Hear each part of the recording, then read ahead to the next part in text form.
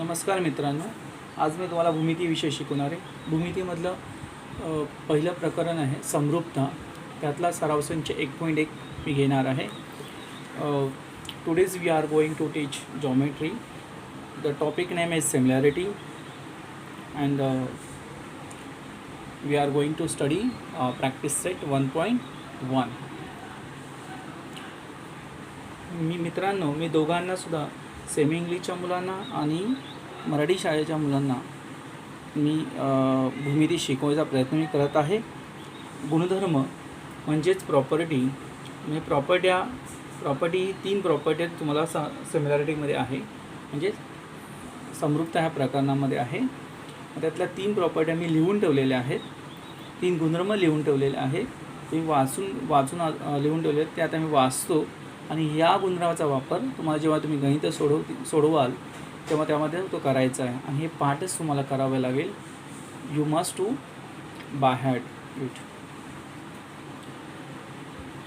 2 त्रिकोणाच्या क्षेत्रफळाचे गुणोत्तर हे त्या त्रिकोणाच्या पाया व संगत उंची यांच्या गुणाकाराच्या गुणोत्तरावेळे असते. हा पहिला गुणधर्म आहे.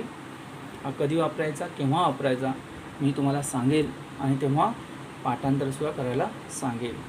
दुसरा गुणधर्म आहे समान उंचीच्या त्रिकोणाची क्षेत्रफळे त्याच्या संगत पायांच्या प्रमाणात असतात. तिसरा गुणधर्म आहे समान पायांच्या त्रिकोणाची क्षेत्रफळे त्यांच्या संगत उंचीच्या प्रमाणात असतात. The property of 2 triangles. Ratio of area of 2 triangles is equal to the product of their bases and the corresponding heights. Products म्हणजे गुणाकार आणि बेसेस म्हणजे पाया आणि करस्पॉन्डिंग हाईट्स. करस्पॉन्डिंग म्हणजे संगत उंची. 2 त्रिकोणाचे क्षेत्रफळ आहे ना, ते त्रिकोणाच्या पाया व संगत उंची यांच्या गुणाकाराच्या गुणोत्तरावेळे असते. हा पहिले प्रॉपर्टी आहे. दुसरी प्रॉपर्टी आहे area of triangle with equal heights are proportional to their corresponding bases. जेव्हा 2 त्रिकोणामध्ये समान उंची असते ना, तेव्हा त्या क्षेत्रफळाची जी गुणोत्तर येतात पायाच्या प्रमाणे येतात. मग तेव्हा हा आपल्याला दुसरा गुणधर्म वापरायचा आहे. The use to second property. Third property is area of triangles with equal bases are proportional to their corresponding heights. when you will use this property, third one property, when having equal bases. Okay मित्रांनो, सराव संच 1.1च्या जाण्याच्या अगोदर मी तुम्हाला त्रिकोणाबद्दल थोडंसं सांगतो. आता मी एक त्रिकोण काढलेला आहे. काय काढलेलं आहे? त्रिकोण काढला आहे. ह्या त्रिकोणामध्ये त्या त्रिकोणाचं नाव आहे ABC, बरोबर. आणि ही जी उंची काढली आहे मी, आणि उंचीसाठी मी चिन्ह दिलं आहे. जी ही उंचीचं चिन्ह जे आहे त्याच उंची आहे, तेव्हाच त्याला आपण उंची म्हटलं जाईल. जेव्हा हे चिन्ह तुम्हाला दिसेल तेव्हाच ही एडी ही उंची आहे. कारण की ह्याच्या चिन्हाचं नाव आहे की लंबदुभाजक. ह्या चिन्हामुळे लंब पडलेला आहे. काय पडलेलं आहे? लंब. आणि जेव्हा हे दोन्ही एकत्र म्हणजे हे इक्वल आणि हे इक्वल असेल ना, तेव्हा आपण त्याला लंबदुभाजक म्हणतो. पण आता फक्त हे लंब आहे. काय आहे? लंब. आणि लंब जिथे टच होतोय, ज्या बाजूवर टच होतोय त्या बाजूचं नाव आहे BC. आणि एडी काय झाली? उंची झाली. म्हणजे ह्याचा जो पाया आहे, ज्या बेस आहे, ह्या बेसचं नाव आहे BC आणि BC. आणि जी उंची जी आहे एडी. तुम्हाला पाया आणि त्रिकोणामध्ये 2 त्रिकोण तुम्हाला दिले असेल. आता मी तुम्हाला एकच त्रिकोण दिलेलं आहे. ते जेव्हा तुम्हाला 2 त्रिकोण दिले जातील किंवा 1 त्रिकोण दिला जातील, पण जास्तीत आपल्या 2 त्रिकोण असतात. इकडे मी इथे 1 त्रिकोण काढला. ह्या एका त्रिकोणामध्ये आपण पाया आणि उंची शोधायचा प्रयत्न करायचा आहे. आणि ह्या त्रिकोणाचं नाव काय आहे? त्रिकोण ABC. मग त्याचं क्षेत्रफळ काय आहे? क्षेत्रफळ बरोबर काय? त्रिकोणाचे क्षेत्रफळ बरोबर 1/2 गुणिले पाया गुणिले उंची. काय सूत्र आहे? पाया गुणिले उंची 1/2. बोला माझ्याबरोबर. त्रिकोण ABCचे क्षेत्रफळ बरोबर 1/2 गुणिले पाया गुणिले उंची. आता मी 1/2 तसं खाली लिहिलेलं आहे. आणि याच्यामध्ये पाया आता मी शोधला, मागाशी तुम्हाला सांगितलं पाया काय आहे ते BC. आणि उंची काय आहे ते AD. हां, same as it is area of triangles is 1/2 base into height. What is the formula of area of triangle? The area of triangle is equal to 1/2 into base into height. One of same as it, write down what is the base. Base, that is a BC, and height AD. Okay, you understand? I hope you understand that. आता मित्रांनो, आपण practice set 1.1 मध्ये जाऊया. तसे मी एक गणित practice set 1.1चं पहिलं गणित लिहून ठेवलेलं आहे. सराव संच 1 मधलं पहिलं गणित जसं मी लिहून दिलं वाचतोय, नंतर आपण बघूया.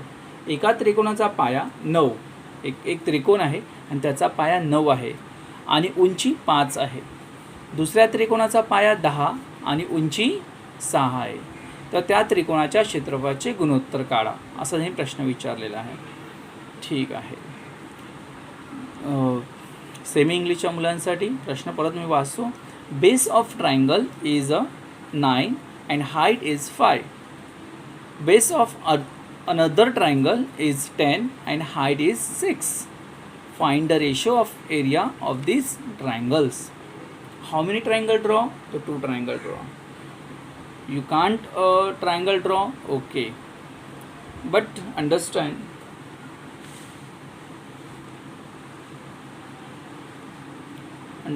it. Okay.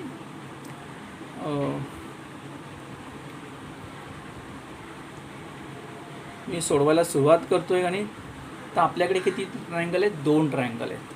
मग ह्या 2 ट्रायंगलमध्ये मी सांगितलं आहे, त्यात 2 ट्रायंगलमध्ये एका त्रिकोणाचा पाया जो 9 आहे आणि त्याची उंची किती आहे? 5 आहे.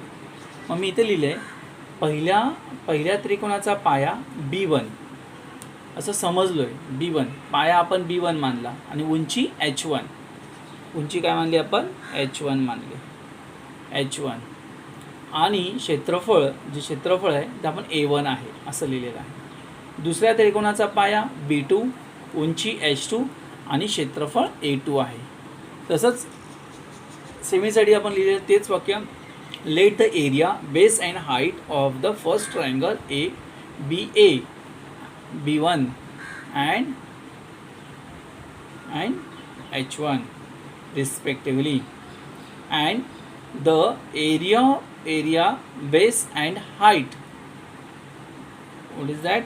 Height of the second triangle BA2, B2 and H2 respectively.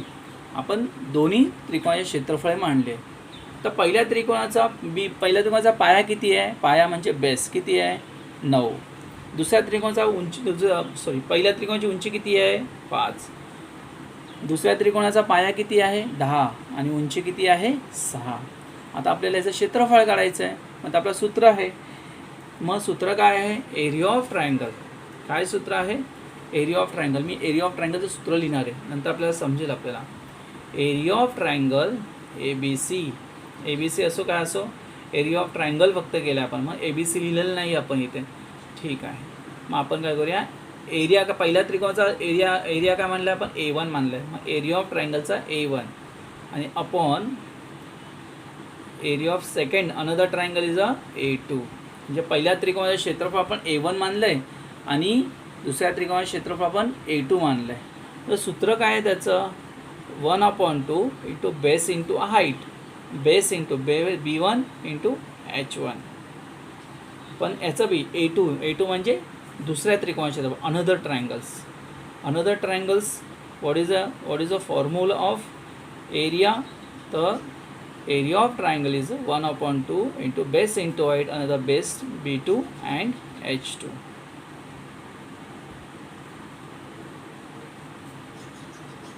What is the write down here? Bracket. Write down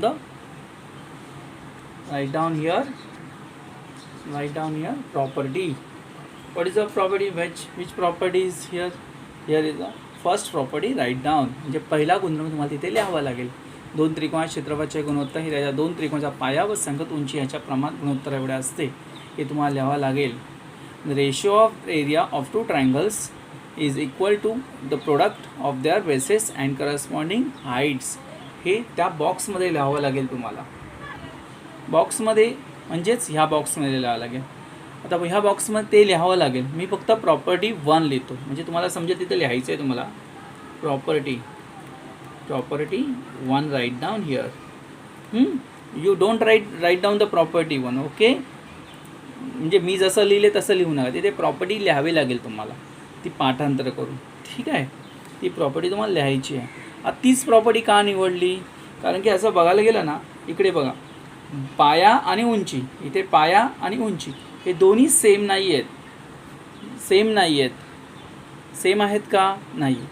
ते कशावरून समजलं मला सेम नाही आहे? तर इकडे दिलं आहे B1 किती आहे? 9 आहे. आणि इथे B2 किती आहे? 10 आहे. म्हणजे वेगवेगळे आहेत का नाही? H1 किती आहे? 5 आहे. आणि H2 किती आहे? 6. हाईट पण सेम नाही आहे आणि बेस रो सेम नाही आहे. That is not a same height and base.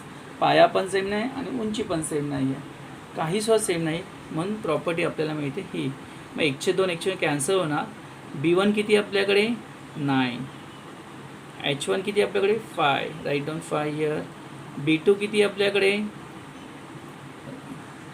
Right down the substitute value here. Okay, H2 6. Okay, तर हे आपण लिहिलेलं आहे इकडे. आता ह्याच्यामध्ये बघितलं 9 आणि 6 आणि 5 आणि 10 ह्याला डिवायडेशन होतं का बघायला पाहिजे. पण 9 आणि 6 कोणत्या पाड्यात येतात? 9 आणि 6. Which tables come to come in? Okay, 9 और 6 कौन से टेबल में आ रहा है? तो 3 के टेबल में. 3 2 जा 6, 3 3 जा 9, 3 2 6 आणि 3 3 9, 5 1 जा 5, 5 2 जा 10. ओके, 3 1 जा 3, 2 2 जा 4. That is your answer.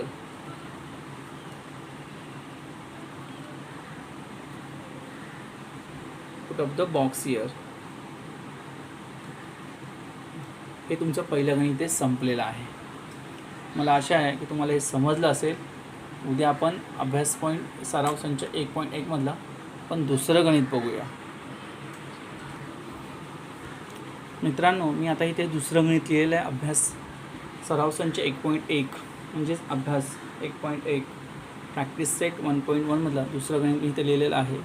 दोन्ही मुलांना म्हणजे मराठी आणि सेमी इंग्लिशच्या मुलांना एकच प्रश्न आहे.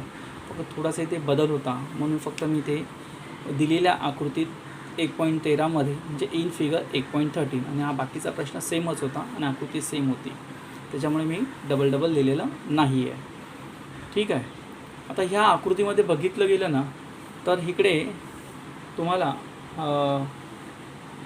BC परपॅन्डिक्युलर AB, हे BC हा BC आहे, हा BC आणि ह्या AB वर परपॅन्डिक्युलर म्हणजे लंब टाकलेला आहे. BC वर लंब टाकला गेला आहे. लंब टाकला म्हणजे इकडे उंची आहे, म्हणजे ही BC तुमची उंची झाली आणि हा AB तुमचा पाया झालेला आहे. तसंच इकडे जर बघितलं AD परपॅन्डिक्युलर AB म्हणजे AD हा AD आहे बरोबर. हा AD परपॅन्डिक्युलर म्हणजे हा इथून झाला इथे परपॅन्डिक्युलर झाला पण म्हणजे लंब टाकलेला आहे त्या बाजू AB वर. मग इथे 90 अंश म्हणजे ही या त्रिकोणात तुम्ही गेला ना खालच्या त्रिकोणामध्ये तर AD ही तुमची उंची होणार आणि AB हा पाया होणार. आता असं बघितलं गेलं ह्या त्रिकोणाचा पाया कोणता? AB. उंची कोणती? CB. कळालं? अच्छा, आता ह्या त्रिकोण म्हणजे हा त्रिकोण म्हणजे काय? ह्या त्रिकोणाचं नाव दिलं आहे बघा ADB. तर ADB त्रिकोणाचा पाया कोणता? तर AB आणि उंची कोणती? AD. आता दोन्ही त्रिकोणामध्ये जर मी बघितलं ना असं तर AB सेम येतो दोघांमध्ये पाया, म्हणजे पाया समान आहे. काय आहे?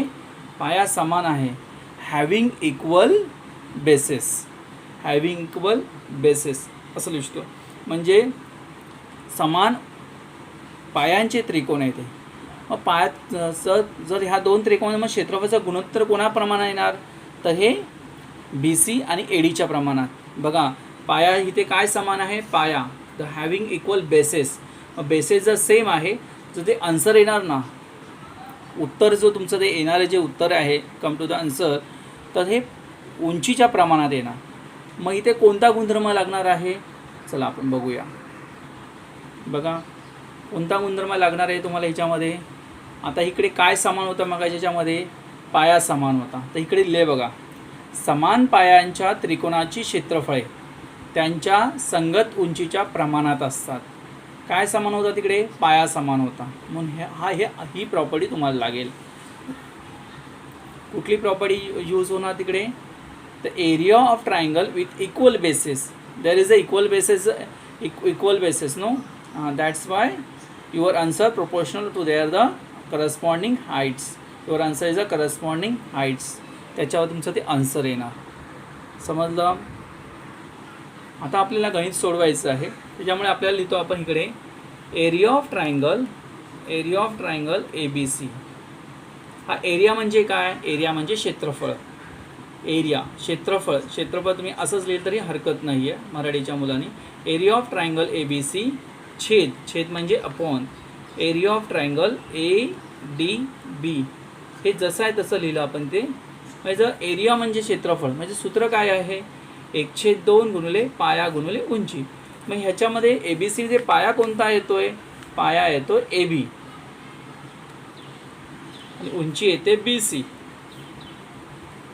परत इथे 1/2 area of triangle A D B 1/2 गुणिले इथे पाया येतो ए बी आणि उंची येते ए डी. इथे हे कॅन्सल होणार, ए बी कॅन्सल होणार बरोबर. मग राहिलं काय इथे बी सी आणि इथे ए डी. बी सी काय होती इकडे, ह्या त्रिकोणाची उंची. ए डी काय होती इकडे, ह्या त्रिकोणाची उंची. म्हणजे आपल्याला इथे काय समान मिळालं, इथे काय मिळालं, समान.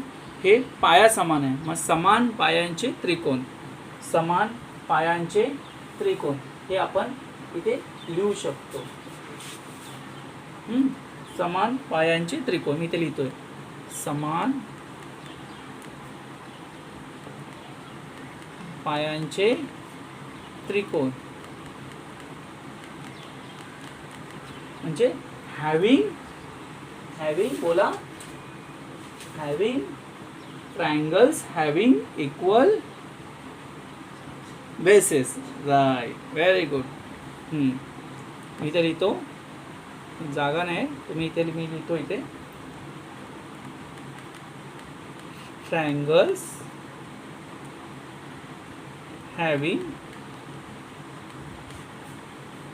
इक्वल,